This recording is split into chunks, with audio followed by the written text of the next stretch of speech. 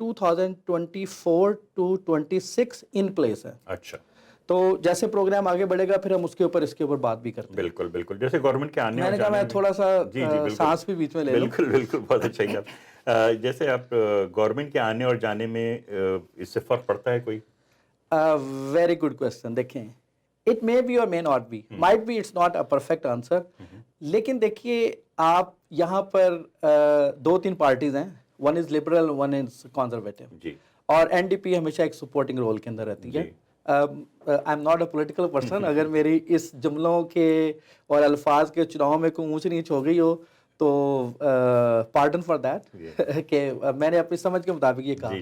اب جیسے لبرل ہے, لبرلز کو ہمیشہ ان جنرل پرو امیگریشن سمجھا جاتا ہے, اور کنزرویٹو کو ہمیشہ کنزرویٹو ان آل ریسپیکٹ سمجھا جاتا ہے. اب لبرل نے دیکھیے ابھی آپ کے سامنے جو اتنی ساری ابرپٹ چینجز ہو رہی ہیں, اور گورنمنٹ نے جو پہلے اناؤنسمنٹ کی تھی اب ان کے اندر چینجز بھی لے کر آ رہے ہیں, جو ریلیکسیشن تھی ان کو ختم کرتے جا رہے ہیں بلکہ ٹائٹ کرتے جا رہے ہیں, جس کی وجہ سے جو یہاں پر لوگ جن کے پاس ابھی کوئی سٹیٹس نہیں, پرمننٹ سٹیٹس نہیں ہے, ان لوگوں کے لیے بہت زیادہ فرسٹریشن بھی ہے. آپ اسٹوڈنٹس کو دیکھتے ہوں گے کہ وہ اسٹرائکس بھی کر رہے ہیں وغیرہ وغیرہ.